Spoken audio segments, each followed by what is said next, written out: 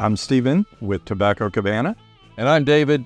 I'm a Texan, and I love cigars. This is The Roadshow.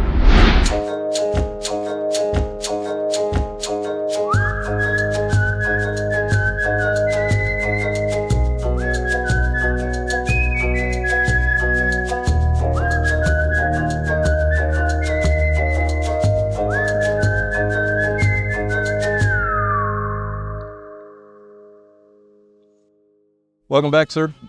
Good to be here. Another show, another day, another dollar, another cigar. Another cigar. Always love being here in Tobacco Cabana. You guys are so gracious enough to let us have the show in here. We really appreciate it. To get to talk about cigars and smoke cigars and learn things and enjoy things. Right. What more can we ask for? We appreciate you guys. That's what we can ask for is for a toast, right? Absolutely. I hope you've got something in your glass. Because it's you guys, you're helping the show. Appreciate it. The numbers are going up.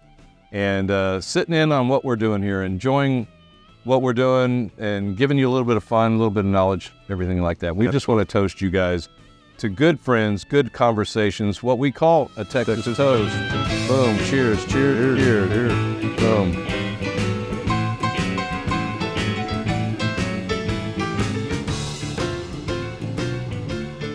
Very good. Very good. Very strong.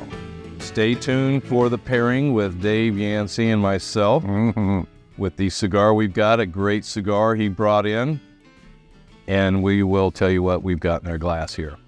But until then, we got news. We do have some news. I've got something here. You notice I've got my Texas Cigar Roadshow glass. This is a Gifty Garage item. Classy Swag LLC, doing business as giftygarage.com. So they've got a curated collection for your cigar smokers and somebody that is a bourbon drinker. They've got glasses. They do have my Texas Cigar Roadshow glass that you can order on their site, whether single glass or a set of two. You can do that on there. And they've got things that are going to be something that a cigar smoker or a appreciator of bourbon, whiskeys, anything like that. With the holidays coming up, it's time to shop. Exactly. And just remember, with the use the code TXCigar15, and that will get you a discount on that. Nice. And it is, they're going to build it up. I mean, we've got this for right now. We've got the Whiskey Stones. They've got the number. They've got Bill Wade, they've got the number, and it's branded as the Gifty Garage brand number. So if you're a collector of those things and you want a Gifty Garage one and you want a Texas Cigar Roadshow, those things are all going to be available.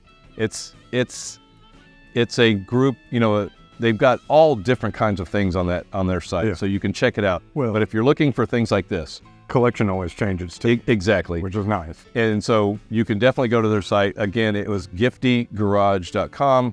And whether it's all different kinds of things for women, clothing, but they do have a cigar connoisseur, whiskey connoisseur person's likings, glasses, numbers, things like that.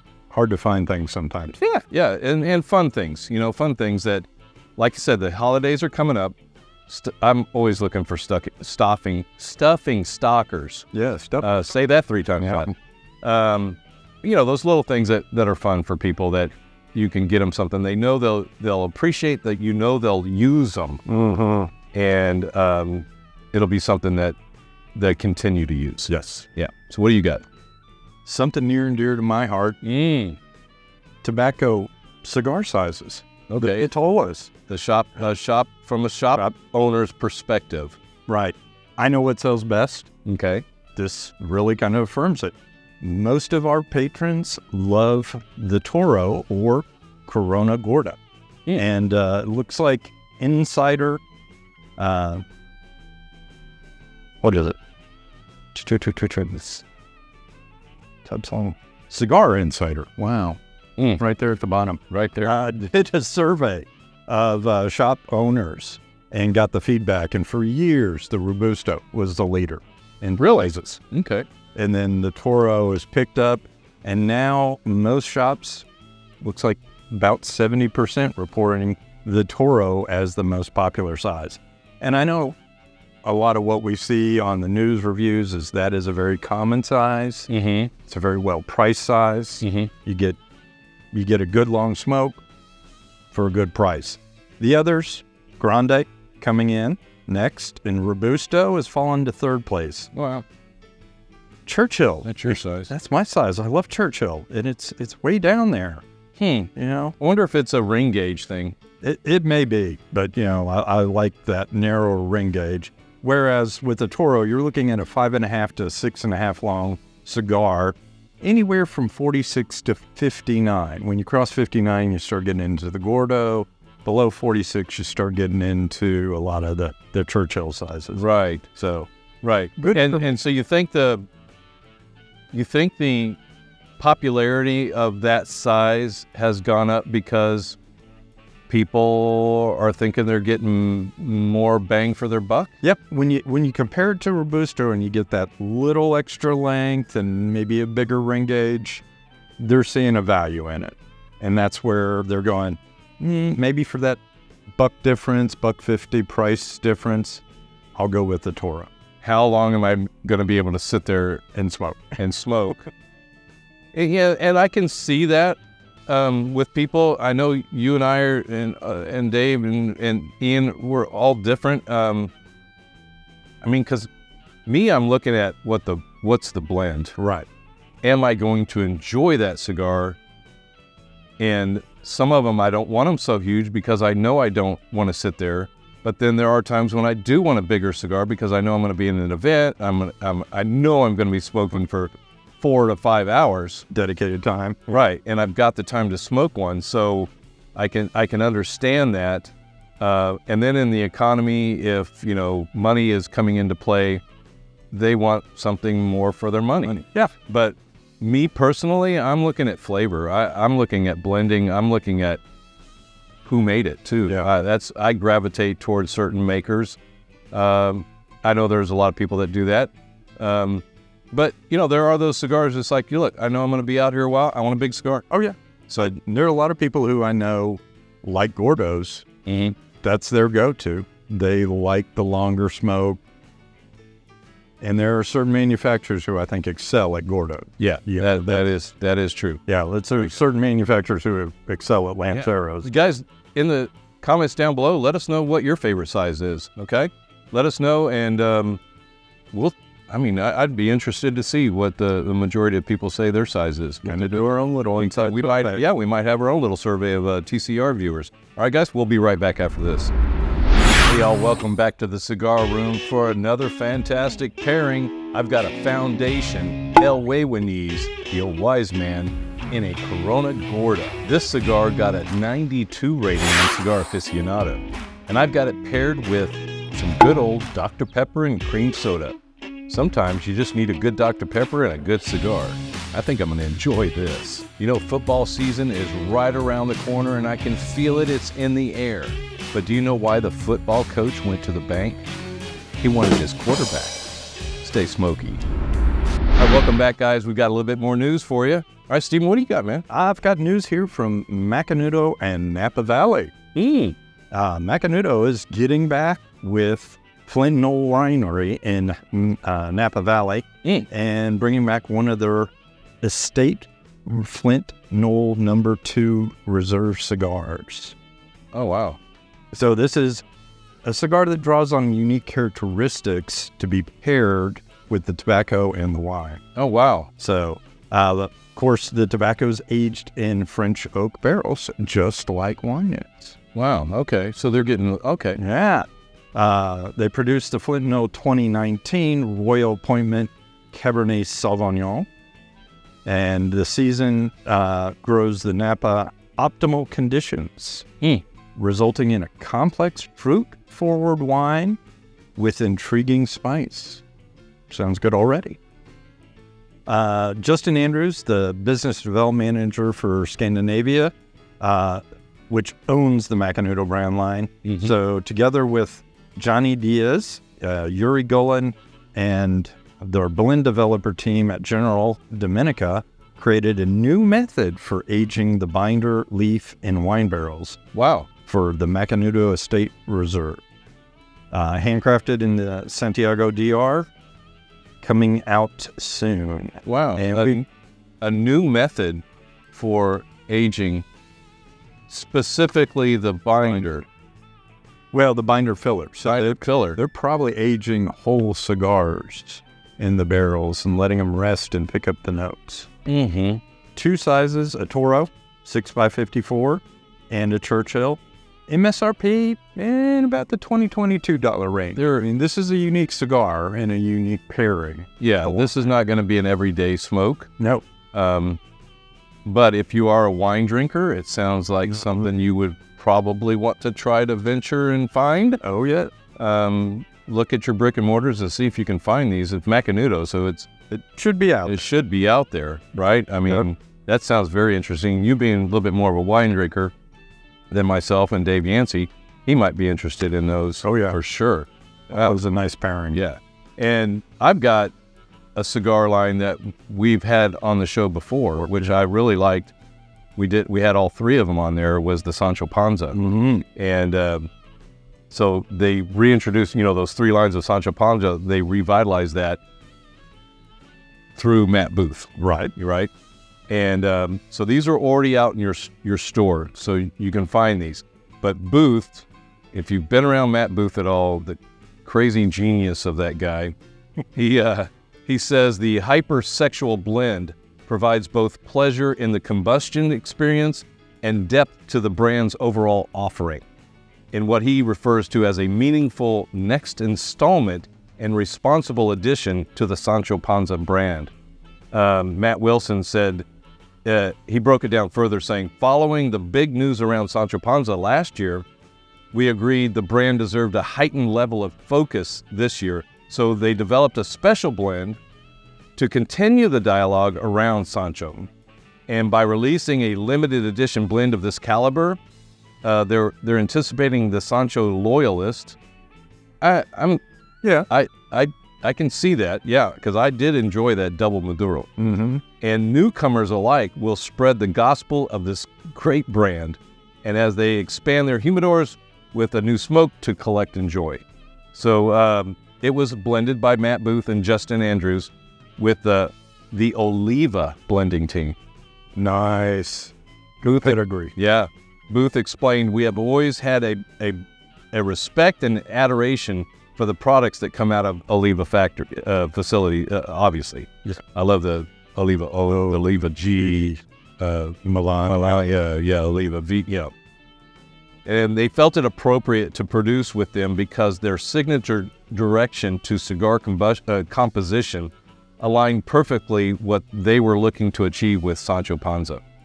And they were also enchanted by Corey Papert, president of Oliva USA, and they're looking for any and all reason to remain close to them. So it's blended with an Ecuadorian Habano wrapper, Ecuadorian Sumatra binder, and Nicaraguan fillers. This is what grabbed my attention. Yeah.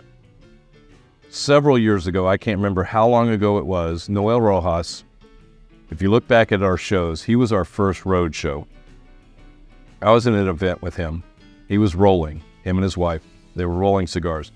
He had just brought this and access to this new tobacco. Mm-hmm. Rolled up a leaf for me, said, here, smoke this leaf. It was like flavors I have never tasted in tobacco before. I was amazed. I was like, man, this is great. What is that? Somoto. At that time, he was one of the only, I think, 1 or 3 people, somewhere around in there, that had access to that tobacco. It's in the upper region of Nicaragua. It was a region that had never been farmed by anybody for tobacco. Somebody, I can't remember who it was, had the money to bring in water, irrigation, and start farming that area for tobacco, and it is in the Somoto region. I loved it. Noel blended a cigar for me for one of our events, and I told him specifically, I want Somoto in that cigar. And I still have some of those left. So anyways, the filler tobaccos are from Condega, Esteli, and Somoto. when I saw that, I was like, oh my goodness, I'm going to have to get that. Yeah. The cigar's medium body and hints of spice transition smoothly from the first third to the last. And it is Booth's estimation an episodic adventure in taste and transition. That upon ignition, he said, will take the smoker in a vice-like grip of enhancement enjoyment. So that's got me going, I got to find this. I got to find this cigar. It's coming in one size. It's a Toro 6x52 at $12.99.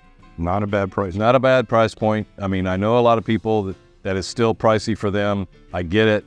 But in this day and age, we're just going to have to get used to it. Yep. So I think it's at a pretty good price point for a Toro size. And this one has tobacco that you are not going to find in the majority of cigars out there. Right. I guarantee it's got flavors you've never tasted before in tobacco. So that really excited me.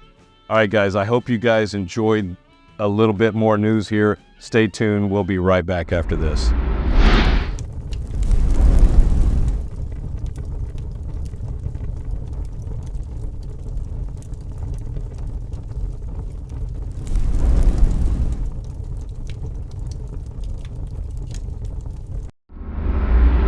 Today's Cigar Tip is brought to you by McAuliffe Cigars. All right, Stephen, I need a tip. Why do you like that cigar? Because I know this one's got Nicaraguan tobacco in it. That's how you start developing your palate. Knowing where the leaves come from. Is it Honduran? Is it Nicaraguan? Is it Dominican?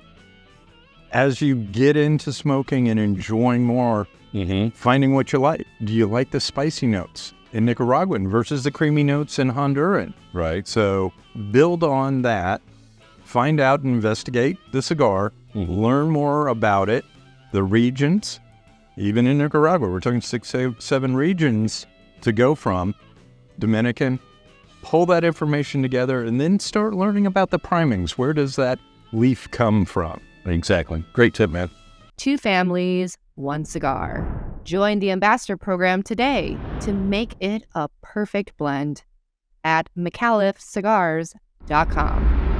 Dang you. We've got cigars. We've got something other than water this time. I know. This is nice. This is. I brought this. You brought this. What is this? Tell us. So Ken Hamlin.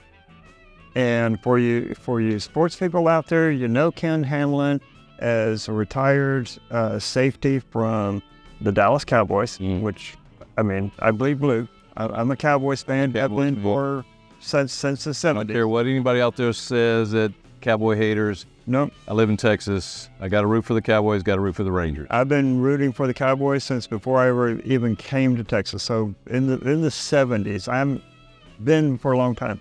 He's also played for the Seahawks and a couple of other teams. But Ken Hamlin, 2 years ago, he came out with his first line of his cigars called the Arrival. Okay. And it was blue, and they were out of the La Aurora factory. Okay. This one here is brand new this year. Okay. Just got it at a Cut and Light at another lounge. Okay. And it's called the Purple, and it's his first natural. You know, a lot of people call this Connecticut. I call it a natural. Okay. Eldeo Diaz, and I apologize if I'm not pronouncing his first name correct, but he's the master blender behind this, and his name should be familiar with a lot of cigar people because he was the master blender for a not so well-known cigar company called Davidoff. Yeah. I mean, maybe a few people have heard of it. Maybe 1 or 2 have heard of Davidoff, but so when you mentioned that you were going to bring the Larceny, I was like, I got the cigar.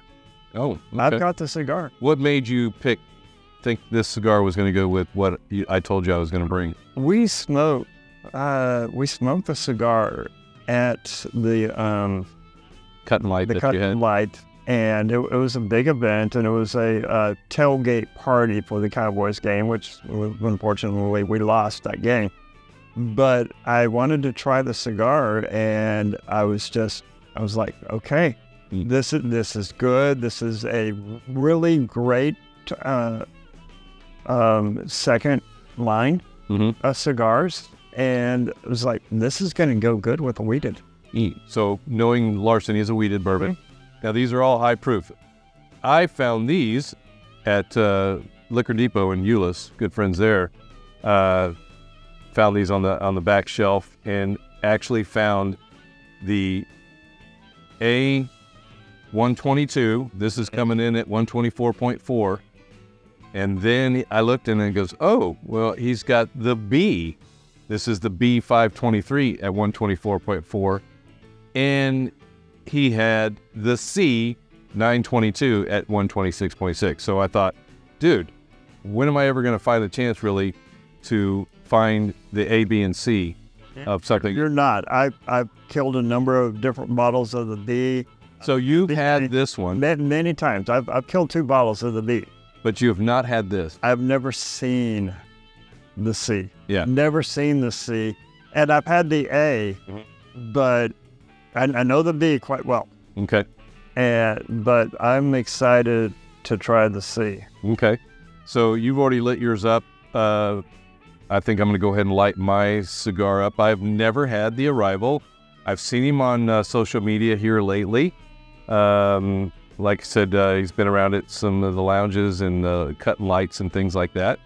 So always, I'm always interested in cigars that I haven't had, to try them and, find something new. It is cool to see it tied to a celebrity. So,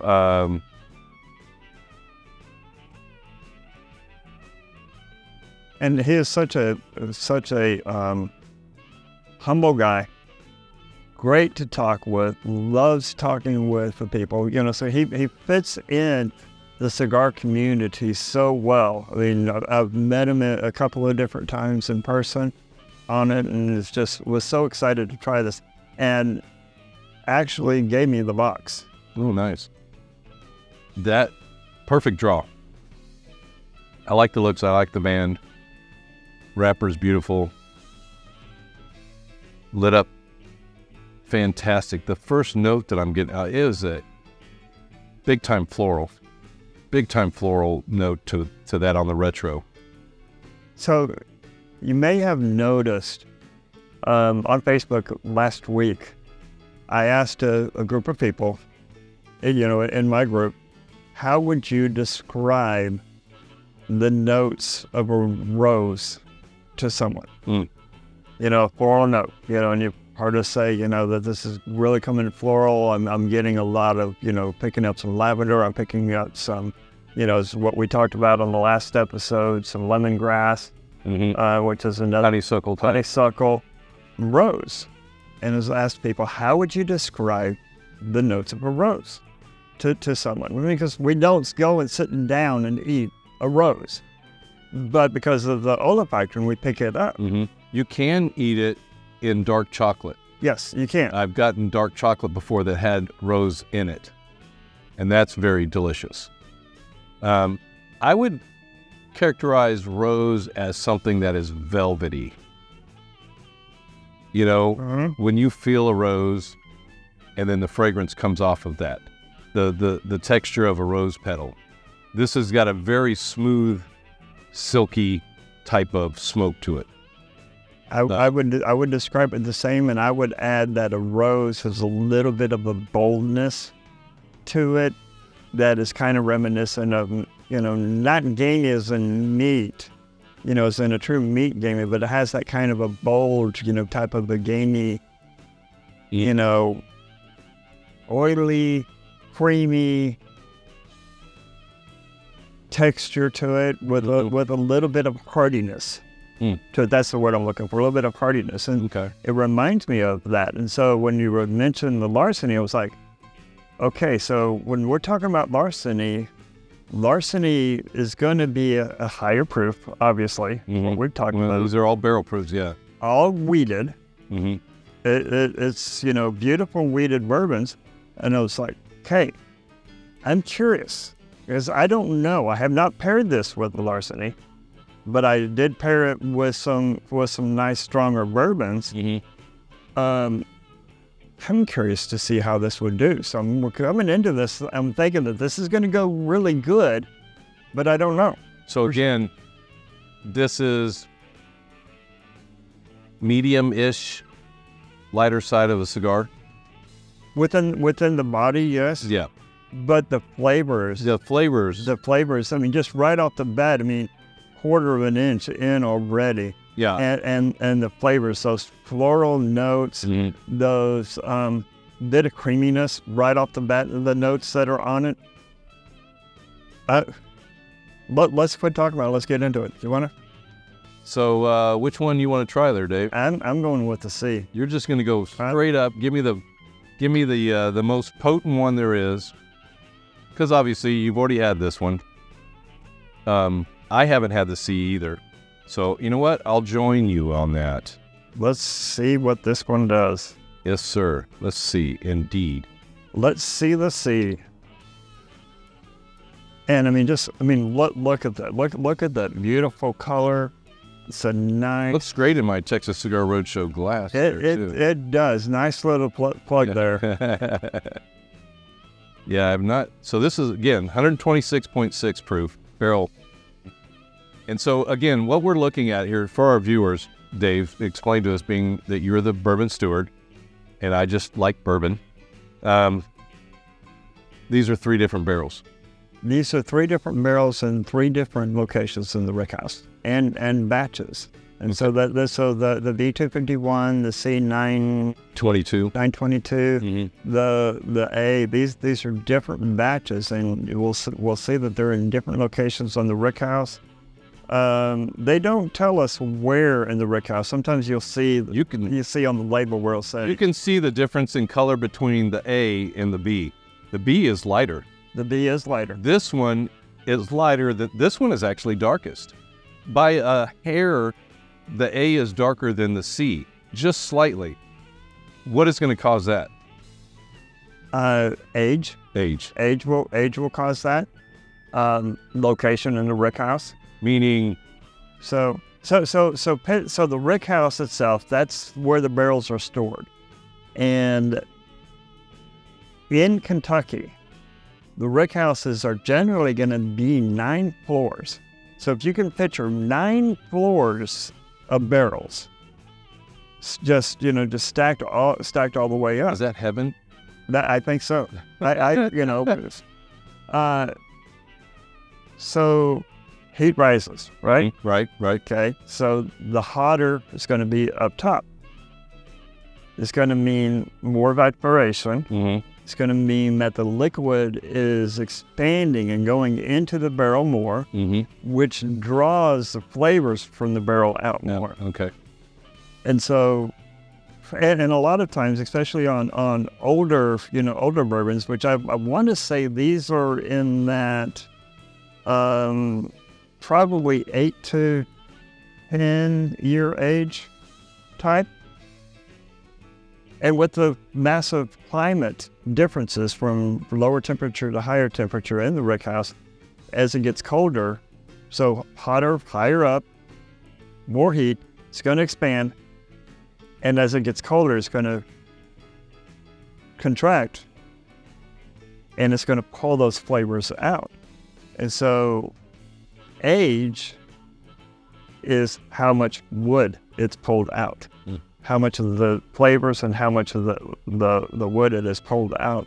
And that's where we get the darker colors. That's why a younger bourbon is so hard. It's harsh, but it's also much lighter in color. It's much more golden. And that's why Scotch, because Scotch is not in charred oak barrels generally. They're going to be in first pour, sherry casks, different types of used casks. But also because of they're in Scotland and in Ireland and in Europe, where we have a 60 to 70 degree temperature from the winters to the summer. Yeah, they have 30 degree temperature variations. Right. So it's not expanding and contracting as much, so it doesn't pull out as much of the color. Okay. Also, it's going to depend upon what the char level of the barrels are on these. Average char level is going to be a 3, and it's 1 through 5. These are going to be 3 or 4 char level on it, and so it's going to pull out more of that caramel. It's going to pull out more of that vanilla type notes of it, because that charring of the wood crystallizes those sugars in the oak. Gotcha. Okay. I mean, I know we've picked up on some of those things from all the shows that we've done with you, but it's always interesting. We've never had the situation where I've gotten to be 3 different barrels. We've done barrel proofs. Yeah. Sorry. We've done barrel proofs, but to have 3 different ones, are you really going to taste that much difference between each of these? I think the experienced palate will. Yeah. So the levels drinker won't. So levels of intensity of vanilla or something is going to be the difference, or why? I thought it was a cool thing, and plus I just wanted to have it on the show to get the A, B, and C. But are you, okay, so the experienced person, I'm getting there. You might go to this one just because it's 126.6 and exactly why everyone does it. Right. But somebody else to go, well, give me the B instead of the A. Are you really going to pick up that much difference between them? I think the average drinker won't be able to pick up much. The bourbon stewards, those who do this regularly, who reviews, who are really getting into it, or really exploring their palate and growing their palate and, maturing their palate, will be able to pick up the differences. Yeah. Well, I've already taken a couple of sips, Dave. You're way behind. And look at your cigar compared to mine. Obviously, we're always in this same battle. But two sips off of this. Do you pick up anything different from the B? I can't remember. It's only been a week since we had the B. Right. This one's a tad bit hotter, just a tad, not much. But it's definitely oaky. The vanilla is there.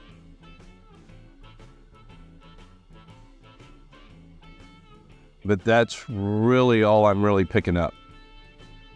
That's, like I said, I'm still learning from this stuff, and that's what I enjoy about having you on the show, is to try to learn this stuff. And I've never been able to do this, to have all 3 here at the same time. I might have gone to somebody and not even known what Larceny they had, didn't pay attention to it, and then go to somebody else and they had a different one, and I didn't even realize, there was an A, B, and C until I've watched, different bourbon shows and seen, oh, wow, that's cool. And so now I've got my eyes open trying to find them, and I found them in one place. And so I definitely wanted to grab them. Proof-wise, I know, something over 120, that's going to be your higher proof. It's your higher proof. What you see, there's 2 things that come out in higher proof, that higher proof and age, that really start making themselves 2 characteristics that starts making itself known. One of the characteristics is the viscosity. The weight, the mouthfeel, the texture is going to be heavier on a higher end. Yeah, I definitely get that. It coats your whole mouth. It does. Yeah. With that, the levels of the oils that come in, and how buttery or how creamy, and those are some of those nuances, differences that you're going to see. So I'll tell you this right now, just the couple of sips that I've had of this, I'm liking it, definitely. I like the higher proof stuff.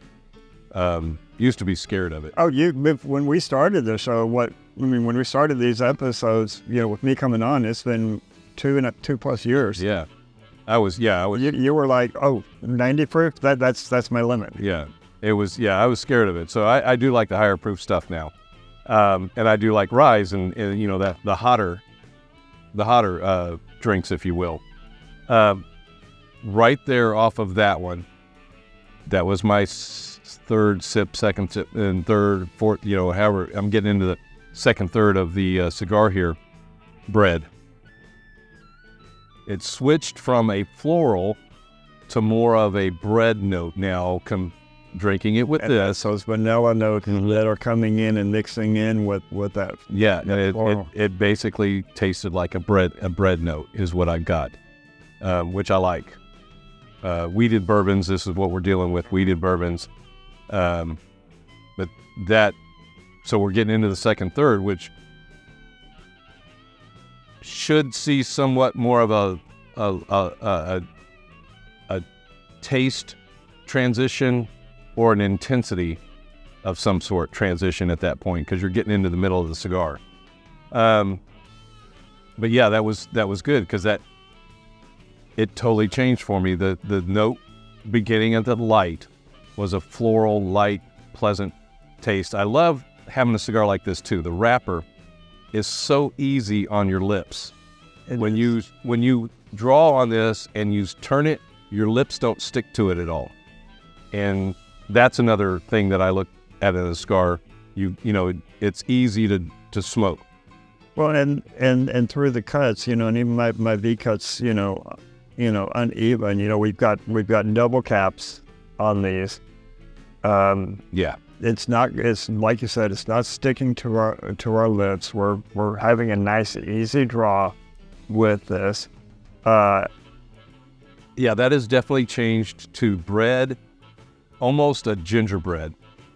See, I'm a very, very light gingerbread. I'm going a different direction. Really? I'm going a different direction. I'm picking up off of the Larceny itself. I'm picking up strong fruits, leaning towards bananas right off of that front. Bananas, that sounds like Old Forester. And with this one here, with the drink and the cigar, this is going to sound weird, but it reminds me of a banana cream pie. But that just goes to show you, your palate's not my palate. My palate's not yours. It's not Steven's. It's not Ian's. Right? And so just because somebody says, oh, I get this out of it, doesn't mean you should write it off or either jump on it because this guy said it tastes like this. And what is it that we talked about this on the last show, and we've talked about this on a lot of shows. Where our palate matures from and where notes, it comes back to what it reminds us of. Mm-hmm. And so what it reminds us of reminds me of my mother's banana cream pies. Well, I'm getting a little bit of that cracker in there. I'm getting that creaminess. I'm getting that fruitiness in it. And so that combined together is like banana cream pie. That's what it reminds me of. My mom didn't ever make pies or bread, anything like that. One thing she did make, my dad always loved, was banana pudding. Big old bowl of banana pudding, vanilla wafers. But so that's what I'm calling that the same. So banana pudding, banana cream pie. Yeah. But I'm not getting any banana out of it. I'm getting a bread note, so that could be kind of a vanilla wafer type of thing. Yeah. Because of the vanilla from the notes of the Larceny and the oakiness and the lightness, the wheat and everything, and then this cigar, the lightness of this cigar. And I was holding up the cigar here before, just showing again another great burn line and another great ash. Dave's catching up to me at least. The cone, you know, when you knock that ash off the cone that you've got, I'm showing you, it's another great performing cigar. And it's performed, you said, rolled in the La Aurora? No. It used to be. No, his first release was La Aurora. In fact, let me grab your phone, Dave. Grab my phone. I should have listened to you ahead. Little soft shoe while we're waiting for Dave to get his phone, you know.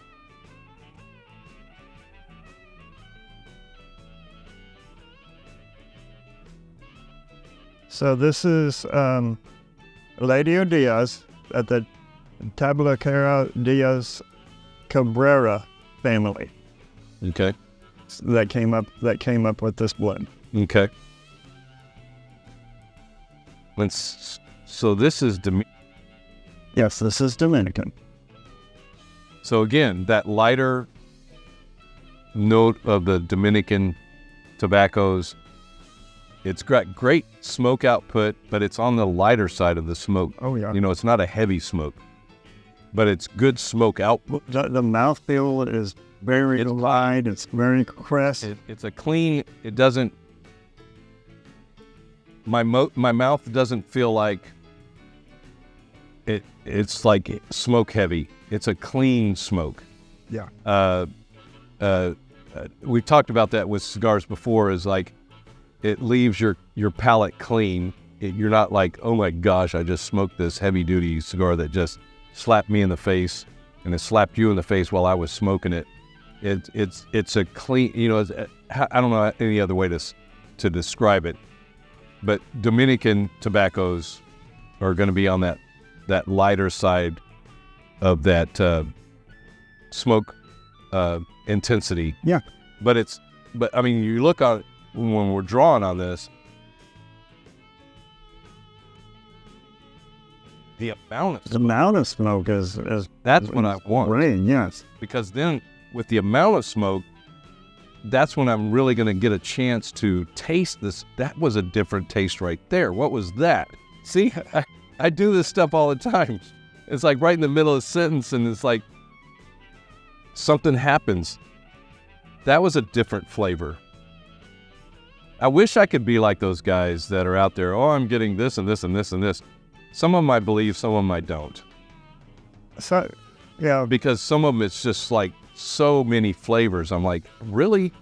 I get salty, I get sweet, I get bread, I get savory, I get earthy. I can pick up on nutty, things like that you would associate with something that is, tobacco or coffee type of crops.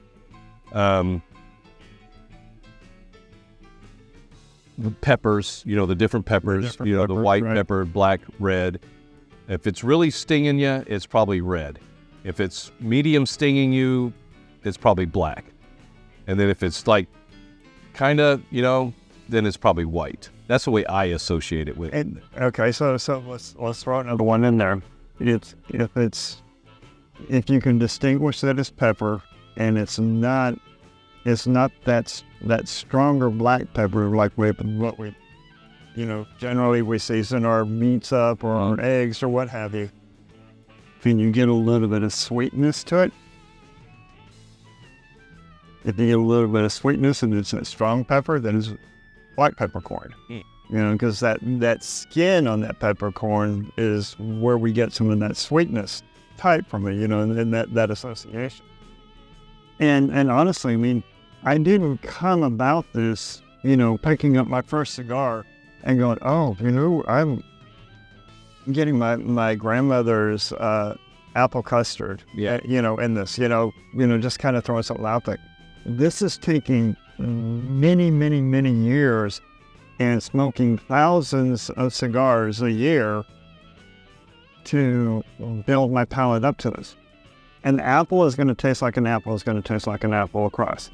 But even in apples, from a Fuji to a Granny to a red Acrylis to, yes, you can tell. I mean, I can give you two apples blindfolded.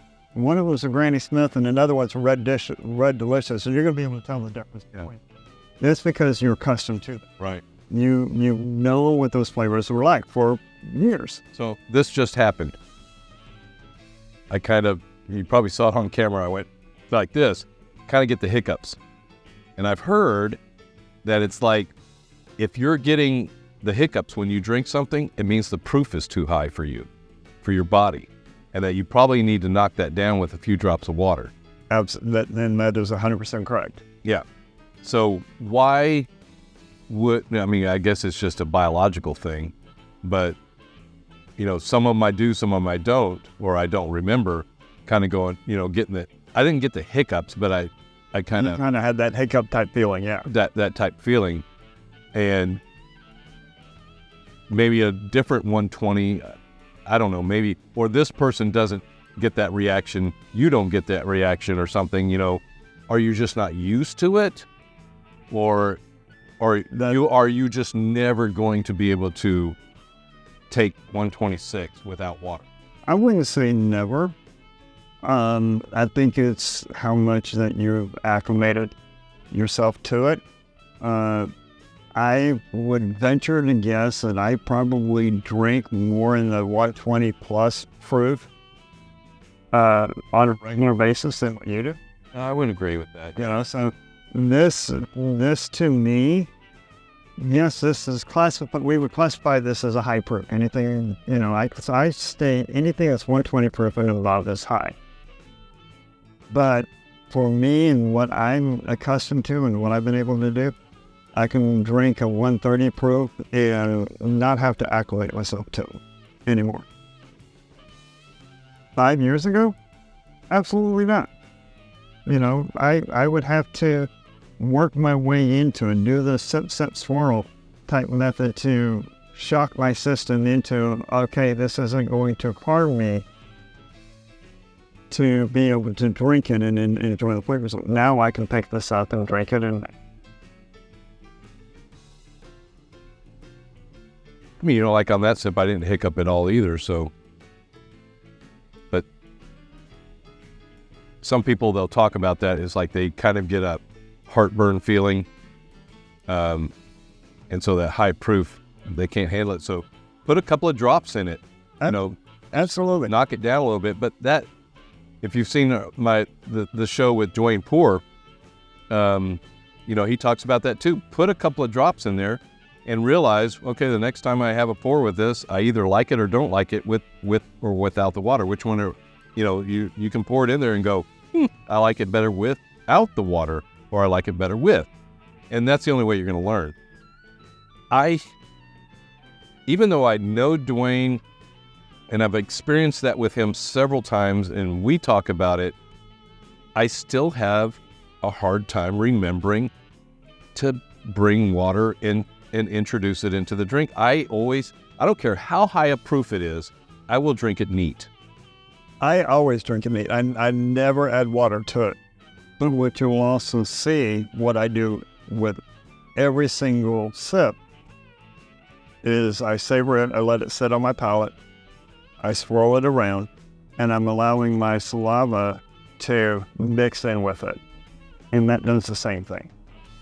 Another, like we talked about on the show, band popped right off. No damage to the wrapper. Always appreciate that too. This is a band I want to keep and I want to use probably because I don't have anything that looks like this for whatever project I have. Well, here, have two. Yeah, so, well, I don't, yeah. I still have a box. Oh. But it is, that to me is another added bonus when you're reviewing a cigar, is the band art is a thing. I think Stephen would attest to a band, the presentation on the shelf.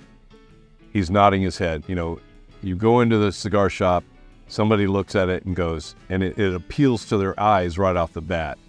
And so they could gravitate towards that cigar because of the wrapper color for one thing. Oh, I can't smoke anything dark. But also the band. It's colorful. It's got a cool looking logo. It says The Arrival right in the center. I like the splatter. Very artsy. And then for me as a smoker, that's what I like about, Ellery with cigarscore.com when he reviews his cigars. He rates it all the way down to the band and how well it comes off too. Oh, we do too. So you do too. Within LeafnGrainSociety, right. If the band is hard to get off, or if the band, worst case scenario, the band rips the wrapper, I'm knocking points off. Yeah, exactly. And so for all those cigar makers out there, please, whatever glue you're using to put your bands on, do it more like this. Do it more like McAuliffe. All McAuliffe bands pop right off. All you need it to do is just to stay on the cigar. But when I want to take it off, it should be able to just come off. those are two cigar smokers or cigar makers that I know of. This one here, the last one that we had, the bands, Belladonna, they came right off. So I appreciate that. Plus, for those of you that want to collect them and save them, the ink, the glue doesn't take off any of the ink of the band. So I can use this entire band to use. If the nubber wanted to make one of these out of, he doesn't have to worry about some of the paint, the ink coming off of this band type of thing. So that factors into how we're going to score a cigar. The ash, the draw, the presentation, the construction. Again, we're looking at this. I'm down to the last third now. You're gumming into the last third. We have not relit this at all. No, and we both have good burn cones. Good burn cones. The ash looks great. It's a little flaky, but not super flaky. It didn't drop off in my lap. That's another thing you guys want to think. We've got nice, good ash.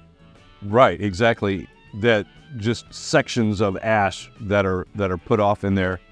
And so coming into the last third, this has been pretty consistent through. Right. So now I want you to try something, and I'm going to do the same.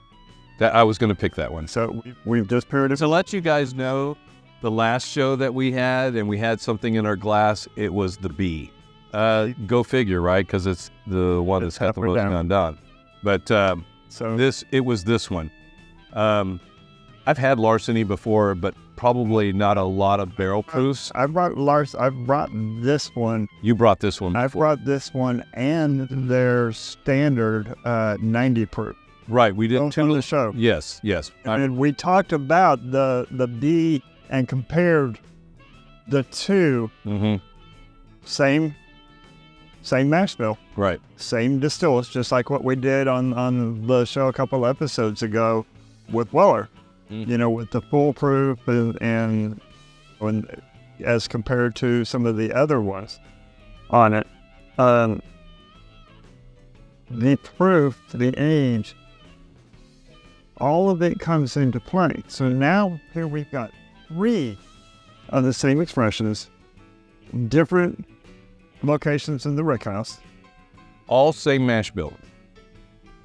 All same mash bill. All the barrels probably charted the same. Yes. It's just where they were stored. Yep. It's just talking about heat. I'm talking about location and heat. Yeah. Heat is going to be the only factor that is going to make these things different. Right. Okay. Now, so we just paired it with the C. Right. Now, take a sip off the A. See if you can pick up any differences in it. Granted, how much are you really, okay, let's say an experienced person, 126.6 and 124.4. How are you really going to notice that much? Between the proofs? No. Yeah. Between the proofs? No. Yeah. But I can tell you right off the bat that the nose from the A to the C is completely different. Yeah, it's...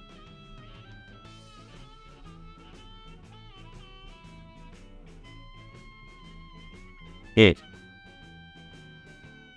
on the palate, it is completely different expression. Completely different for me. I see a little difference. Not completely different. A little difference. But I wouldn't say like you saying completely different. I don't get a completely different, but again, my palate's not as refined. But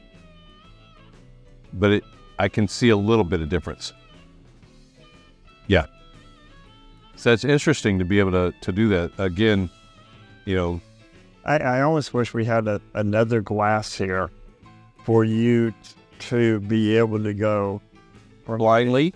No, not even blindly, but knowing that this one is A and we had another glass here of C, and just to see the difference on the viscosity and the oils between the two. I mean, it's got some serious legs. I mean, this one's got some. Yeah, that ring is way up here, and it is sitting there. But the oils on this one, and the mouthfeel on this one is much heavier than on this one. So do we know where they were stored in the rickhouse with these? I don't. Okay. I don't know. We could probably find out if we could talk to whoever the master distiller is. We talked to, reach out to the master distiller. And say where was 922 and yeah. And would that play into, no, I'm just thinking out loud here.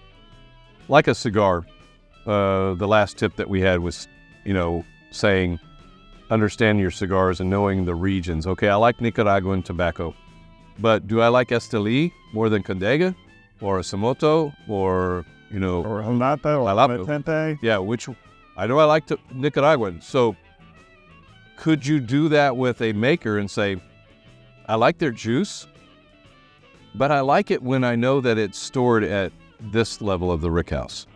I will tell you, among these three here, this one here, the C is the most sought after.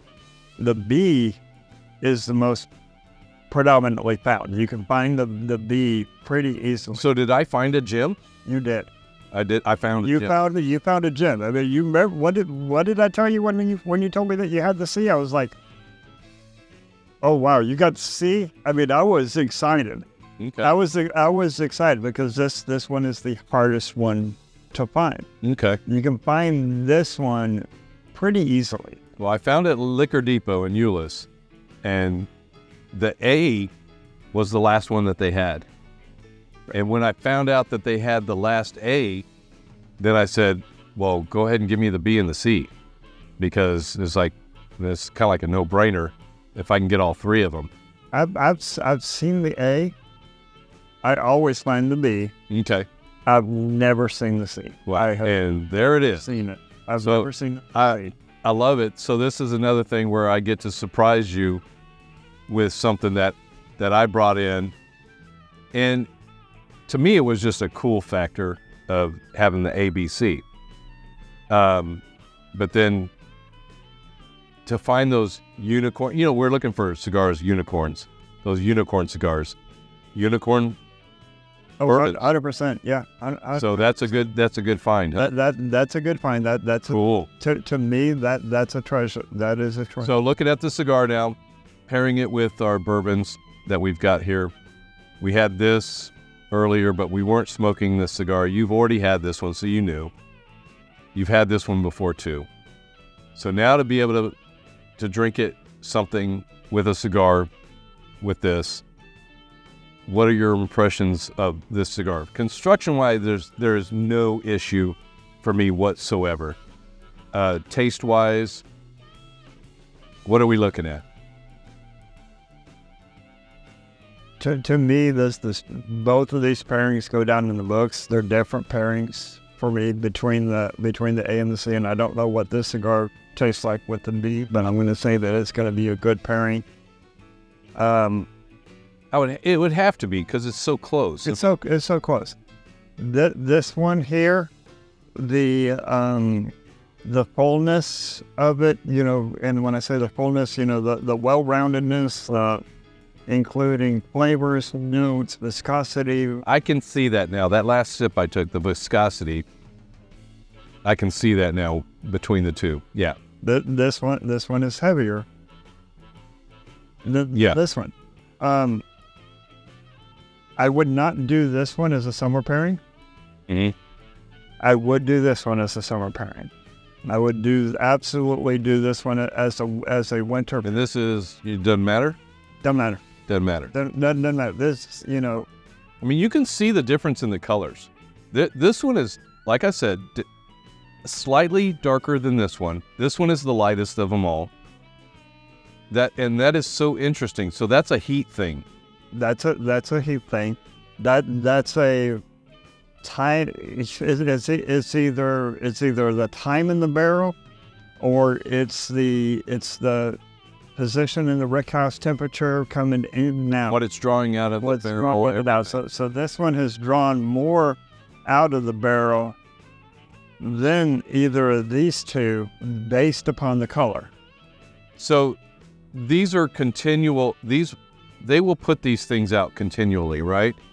C922, this bottle will taste like another C922, or no? Because it's barrel proof, right? So it's going to be different. Because it's barrel. But is C922 not coming out of the same barrel? From year to year? Year to year. Okay. Yeah. So do you know what the 922, what does that stand for? That's Is their that batch barrel? number. That's their batch. That's their batch. That's their batch number that they associate. And I think they even say that. Yeah, this is batch number C922. Okay. And this is one of their batches that they come out every year. But was it 126 proof last year? No. Will it be 126 proof next year? It could be 125. That's why it says 126.6. Yeah, it could be 126.2. You know, it's going to be different proof each year because this is cast strength. Mm-hmm. And remember what we talked about, and even in the short that you just put out, Mm-hmm. where we talked about the difference between a barrel proof and a full proof or cast strength. Full proof or cast strengths, are pretty much interchangeable. Barrel proof means that what goes into the barrel at. Yeah. So if they put it into the barrel at 115, because of the double share, it could come back out at 117, but they'll cut it back down to 115. This is what it comes out of the barrel as. Okay. It's not cut. All right. So, all that aside, now let's focus on the cigar. Mm. You've had this look before. At that. Yeah, I know. Look at that. Mine, same thing. Burn line, great, fantastic burn line, fantastic performance, fantastic draw. It's still not getting hot all the way down to this point. I'm down here. I'm looking. This is like burning your fingers right off the fingers off. I'm sitting there holding this thing. It's warm, but because there's fire down there. But I'm not gonna have to take my hands off because it's burning the heck out of me, and I'm sitting there holding it this long. So, again, that is another construction part of a cigar that tells you a whole lot. It goes to show that, okay, yeah, we could say that, the master blender for Davidoff did this.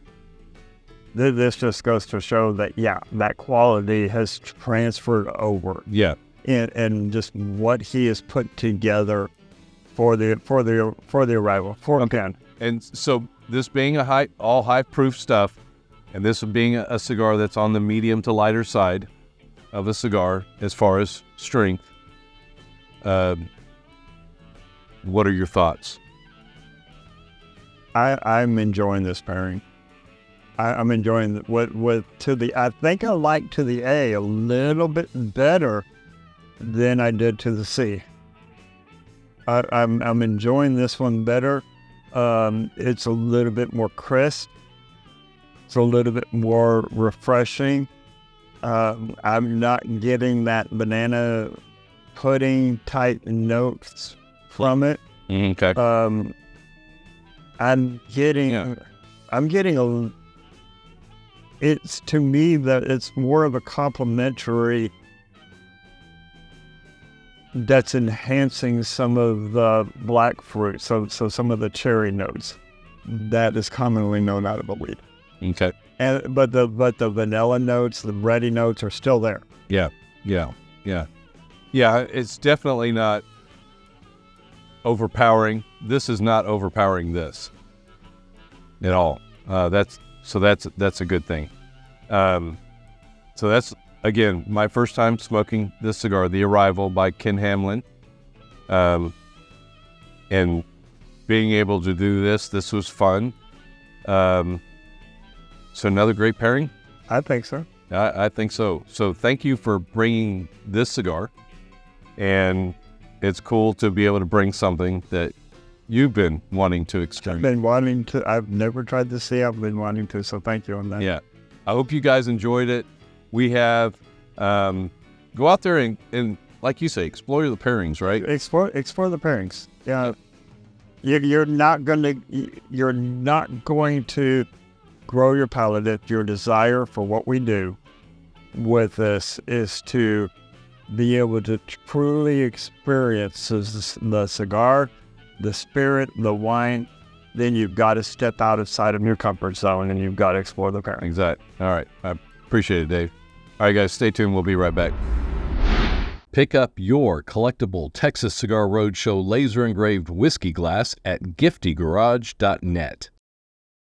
You got a lighter. Yeah. Got a lighter. Okay. So he contacted me and said, I got a lighter I want you to review. Okay, cool. So it's like, okay, let's It's do always it. fun. So it's a quad lighter. Quad. Oh, I like a quad. You Yep. see that it comes to a tip, Nice. which is really nice because it makes it easier on touching up. Who is this made by? This is Yeah, say that. Karen. Okay, all right. Karen. Okay, so nice body weight. Let me see that. Oh, yeah, I like that. What I like about this one is that it's got the cigar rest. Nice, nice. It's got a nice feel to it. So, I've got a big hand, so it doesn't get lost in my hand. It's got that nice flip top that stays, that Right. snaps. Easy. Things I really like about this lighter. It's got those vents. It's got a vent on On the it. side. So I can light it and it doesn't heat up to where it's starting to burn my hand. It's like you get these lighters, especially some of the cheaper lighters, to where you're lighting it, and when Gets the way that super I hot. light my cigar, because I don't hot light, I caress my cigar, so it takes a little bit longer. My hand doesn't burn. Mm-hmm. It's got the Oh, good Fuel fuel window. window. Yeah, definitely. Good. it's got the fuel window. Look at that punch. That's a good size punch. It's a nice size punch. It's not the small 5 or 7 mil. I believe this one is the 9 mil, so that I could actually do a punch on a larger ring gauge. So that 48, 52, 54 ring gauge, I can do a punch on it. But this is what's cool. Oh, you got another draw tool, or it could be a nubbing tool. Could be a nubbing tool. Yeah. I could use it as a nubbing tool, but I actually used this as a draw tool last night, and it pulled out a stem. Oh, nice. It grabbed a hold of a stem and it pulled it out. Now I've been using this one for a couple of weeks now, and was able to light 12 cigars and keep my cigar lit completely before I had to refill 12 cigars. for 12 cigars. That to me is what you want on a lighter that I'm going to carry someplace, because I don't want to be out at an event like the big herp that you got coming up. Yeah, definitely got it. And to where I'm light, because I'm going to go through 6 to 7 cigars that, with my average smoking, I'm going to go through 6 or 7 cigars probably at that event. I don't want to have to be going, can I borrow your lighter because mine's out? Or who's got a bottle of butane? Yes. Or, can I refill this? Right. So to me, this lighter, absolutely worth the price point. And it's a great price point on the cigar lighter. Fantastic. All right. Thanks for bringing that in, man. All right, Stephen, another great show. Absolutely. But you know what? I think there's another little tidbit I'd like to leave people with before we close this thing out. I've heard about this, the word on the street about Leaf and Grain. They got something new coming out for you, the subscriber. Yeah, LeafnGrainSociety with Dave Yancey and Ash Red are going to come out with a digital print copy of their reviews. Right. And so if you want to if you're more of a reader and you want to have those notes in a readable format, and other than watching their stuff, you're going to have that soon. Coming in December, they're going to be able to have that, publish that. You find that on their website. Go to LeafnGrainSociety.com. Exactly. And besides that, I hope you guys enjoyed it. We had some great pairings. Oh yeah, great news, very interesting stuff. We always appreciate you guys being here. It's all about you, the viewer. Exactly. Really. So what you, the viewer, can do for us is do that social media stuff for us. Hit that like bell, hit the notification bell, just all that social media stuff. Tell your friends. Click. Exactly. Tell your friends. Spread the word. We appreciate you guys, each and every one, tuning in and letting us entertain you, letting us educate you a little bit. And it's fun doing this. Absolutely. Exactly. I hope you guys enjoyed it. We'll see you next time, man, because until next time, you got to always remember, Enjoy the leaf. grow the culture. Texas Cigar Roadshow is presented by Lone Star Cigar Association.